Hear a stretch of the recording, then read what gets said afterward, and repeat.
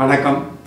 இப்போ எதை பற்றி பேச போகிறோம், எதை பற்றி பார்க்க போகிறோம் அப்படின்னா, தமிழர் வரலாற்றில் சிறப்புமிக்க ஒரு விஷயமா நம்ம பழங்காலத்திலேருந்து சொல்லக்கூடிய ஒரு விஷயம் என்னென்னா, மூவேந்தர்கள், சேர, சோழ, பாண்டியர்கள் அப்படின்னு 3 பேரரசர்களை பற்றி சொல்லுவோம். அந்த வம்சங்களை பற்றி பேசுவோம்.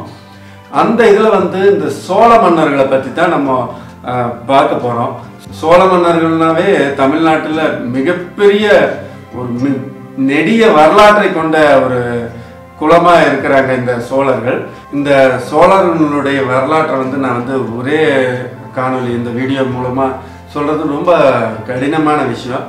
அதனால் பார்ட்டாக இந்த சோழர் வரலாற்றை பேசும்போது பார்க்குறவங்களுக்கும் கொஞ்சம் சுலபமாக இருக்கும் அப்படிங்கிறதுக்கு வேண்டிதான் பகுதியாக இந்த வீடியோவை வெளியிட போகிறேங்க.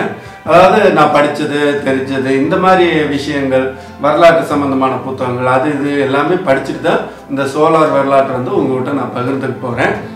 முதல்ல இந்த சோழர்கள் எங்கே தமிழ்நாட்டில் குறிப்பிட்ட பகுதி அப்படின்னா, சோழர்கள் பிற்கால சோழர்கள் வங்காளம், மலேசியா, பர்மா, இலங்கை இந்த மாதிரி எல்லா இடத்துலையும் ஆண்டு இருந்தாலும் கூட, ஏன் கம்போடியா அந்த நாட்டையும் கூட சோழர்களுடைய ஆட்சி இருந்ததா சொல்லப்படுது. எல்லா இடத்துல ஆண்டு இருந்தாலும் கூட இந்த தமிழ்நாட்டில் குறிப்பிட்ட பகுதி அப்படின்னு பார்த்தீங்கன்னா, இன்றைய தமிழ்நாட்டில் தஞ்சாவூர், திருச்சி, அந்த பூம்புகார், அந்த சீர்காழி, சிதம்பரம், அந்த பெல்ட், அதாவது சோழ நாடுன்னு சொல்லக்கூடிய நாட்டிலையும் சரி, தொண்டை நாட்டிலையும் சரி, அது போக பாண்டிய நாட்டிலையும் சில பகுதிகள், கொங்கு நாட்டிலையும் சில பகுதிகள் ஆண்டதா வரலாறு போகுது. இதுதான் அந்த சோழ நாடு முக்கியமான பகுதிகளாக இருக்குது. சோழ நாட்டில் உறையூர், பூம்புகார் இந்த 2 இடங்களை தான் தலைநகராக வச்சு இந்த சோழர்கள் ஆண்ட வரலாறு சங்க காலத்திலிருந்து நம்ம படிச்சுட்டு வரோம். இது இப்படி இருக்குங்க. இந்த சோழர்கள் வரலாறு 2 வகையாக பிரிக்க முடியும்.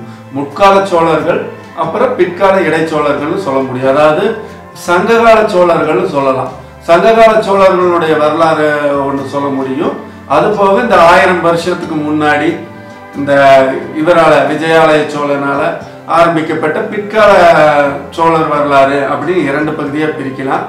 அதாவது 2000 வருடங்களுக்கு முன்பு ஒரு சோழர் வரலாறும், 1000 வருடங்களுக்கு முன்பு ஒரு சோழர் வரலாறும் தமிழ்நாட்டில் சோழர் வரலாற்றை நம்ம சொல்ல முடியும். சரி, இந்த சோழர்னு சொல்லிட்டு இருக்கிறோமே, இந்த சோழர் அப்படிங்கிற இந்த சொல்லுக்கு என்ன அர்த்தம், என்ன விளக்கம் அப்படின்னு பார்த்தோம்னா, நம்ம பழமொழி ஒன்று சொல்லுவோம், சோழ நாடு சோறு உடைத்து அப்படின்னு.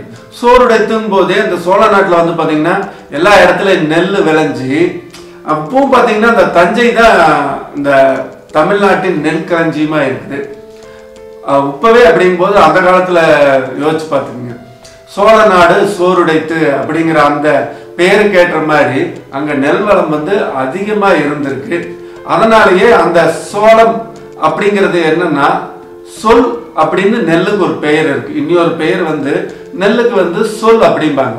அதனால நெல் நாடு அப்படின்னு சொல்றது பதிலாக சொல் நாடு அப்படின்னு நம்ம பேச்சு வழக்கில் சொல்றது சொல்லாடு, சொலநாடு, சோழ நாடு அப்படின்னு அந்த லகரம் லகரமா, சிறப்பு லகரமா சொல்லி இப்ப நம்ம சோழ தேசம் அப்படின்னு அந்த சிறப்பு லகரத்தை கொடுத்து கூப்பிடுறோம். இப்ப சோழர் இனமும் பாத்தீங்கன்னா அந்த நெல்லிலிருந்து சொல்லக்கூடிய அந்த வார்த்தை சொல் அப்படிங்கிறது சோழம், சோழ பேரரசர் அப்படின்னு இப்ப கூப்பிடுறோம்.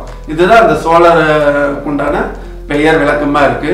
இப்போ அந்த முற்கால சோழர்கள் வரலாறு சொல்லணும் அப்படின்னா, நம்ம கிட்ட எந்த வரலாற்று தொல்லியல் சான்று அந்த மாதிரி எந்த ஒரு பெரிய அடிப்படை ஆதாரங்கள் இல்லை. இந்த சோழர்களை பற்றிய குறிப்பு எங்கிருந்து நமக்கு கிடைக்குதுன்னா, புறநானூறு, அகநானூறு, இந்த மாதிரி 10 பாட்டு, 8 தொகைன்னு, பொருணர் ஆற்றுப்படை, பெரும்பான் ஆற்றுப்படை, இந்த மாதிரி சங்ககால நூல்கள்ல இருந்து தான் அந்த உதாரணம் கொடுத்து புலவர்கள் பாடியிருக்கிறாங்க. அங்கிருந்து தான் நம்ம இந்த அதுக்குரிய சான்றாக எடுத்துக்கிறோம். அது போக இந்த வரலாற்று ஆசிரியர்கள் கடற்பயணம் மேற்கொண்டவங்க, தாலமி, பெரிப்ளஸ், பிளனி, இந்த மாதிரி ஒரு தகவல் குறிப்பில் அந்த வெளிநாட்டு அறிஞர்கள் அந்த புத்தக குறிப்பில் இருந்தும் நம்ம சோழர் வரலாற்றை எடுத்துக்கிறோம். அது போக இந்த அசோகனுடைய கல்வெட்டுக்கள், பிம்பிசாரர், இந்த மாதிரி வெளியே நம்ம தமிழ்நாட்டுக்கு வெளியே தாண்டின பேரரசுகள் இருந்ததிலிருந்து நம்ம அந்த வரலாற்று தகவல் எடுத்துக்கிறோம். மகாவம்சம், இலங்கையினுடைய மகாவம்சத்தையும் நம்ம இது ஒரு சான்றா எடுத்து தான் இந்த சோழர் வரலாற்றை பார்க்க போறோம். அந்த வகையில பார்க்கும்போது இந்த சிபி சக்கரவர்த்தி வந்து நம்ம முதலா சொல்ல முடியும் இந்த சோழர் வரலாற்றுல. இப்ப இந்த பகுதியில வந்து நம்ம வந்து 4 சோழர்களை பத்தி பார்த்துடலாங்க. சிறிய அளவுக்கு தான் இந்த சிபி சக்கரவர்த்தி, அப்புறம் முசுகுந்தன், அப்புறம் காந்தன், அப்புறம் வந்து தூங்கையில் எரிந்த செம்பியன். இந்த 4 சோழர்களை மட்டும் இந்த பகுதியில சிறுசா பார்த்துக்கலாங்க. முதல்ல இந்த சிபி சக்கரவர்த்தி, இந்த செம்பியன் சோழன் இவர் தான் முதல்ல வர்றாரு. இந்த சிபி சக்கரவர்த்தி வந்து என்ன அப்படின்னா எல்லா புறநானூற்று பாடல்களையும் பல இடத்துல வந்து இந்த சிபி சக்கரவர்த்தி வச்சு மேற்கோள் காட்டி வந்து பாடியிருக்கிறாங்க புலவர்கள். அதாவது உன்னுடைய முன்னோர்களான சிபி சக்கரவர்த்தி இப்படி இல்லையே, நீ அந்த வழி வந்தவனே அப்படின்னு சொல்லி புலவர்கள் வந்து புறநானூற்று பாட்டில் வந்து பாடினது வந்து நப்பசலையாராட்டோ, அப்புறம் தாமப்பல் கண்ணனார், இந்த மாதிரி பல புலவர்கள் வந்து சிபி சக்கரவர்த்தியை மேற்கோள் காட்டி அன்றிலிருந்து அந்த நலங்கிள்ளி, இளஞ்சேட் சென்னி இந்த மாதிரி அரசர்களை புகழ்ந்து பாடும்போது பாடல்கள் பதிவானதை வந்து நம்ம பார்க்க முடியுது. சிபி சக்கரவர்த்திங்கிறது வந்து சோழர் குலத்துல வந்த ஒரு அரசராக இருக்கிறாரு. அவர் வந்து என்ன அப்படின்னா அவர் வந்து புறாவுக்கு வேண்டி தன் தொடை சதைவே கொடுத்து வந்து அந்த புறாவினுடைய உயிரை காப்பாற்றினதா வந்து பெரிய அளவுக்கு சொல்லப்படுது. இந்த சிபி சக்கரவர்த்தி, இந்த செம்பியன் சோழனுடைய முழு வீடியோ வந்து நான் ஏற்கனவே பெரிய அளவுக்கு டீட்டெயில்டாக சொல்லக்கூடிய விரிவாக பேசியிருக்கிறேன். அந்த சிபி சக்கரவர்த்தியினுடைய அந்த வீடியோ லிங்க் வந்து நான் டிஸ்கிரிப்ஷன் பாக்ஸில் கொடுக்குறேன், நீங்கள் போய் ரெஃபரன்ஸ் எடுத்துக்கலாம். ஏன்னா அந்த அளவுக்கு ரொம்ப டீட்டெயில்டாக அதை விளக்கமாக பேசியிருப்பேன்.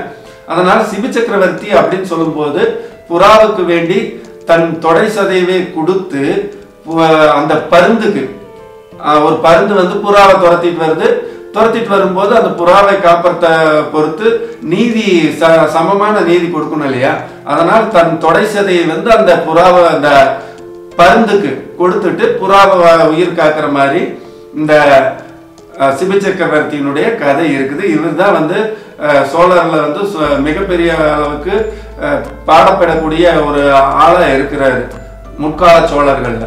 இந்த சிபி சக்கரவர்த்தியை பத்தி சில பாடல்கள் வந்து குறிப்பிடப்படுது. அங்கே நான் வந்து உங்களுக்கு அந்த பாடல்கள் வந்து ஓரிரு வரிகள் மட்டும் சுட்டி காட்ட விரும்புகிறேன். என்ன வரிகள் அப்படின்னு பார்த்தோம்னா, புறநானூற்றுல புல்லுரு புன்கண் தீர்த்த வெல்வேல் சினங்களு தானை செம்பியன் மருக அப்படின்னு புறநானூறு பாடுது. சிலப்பதிகாரத்துல வந்து புறவு நிறைப்புக்கு பொன்னுலகம் ஏத்த குறவில் இடம் பறித்த கொற்றவன் அப்படின்னு சிலப்பதிகாரம் சொல்லுது.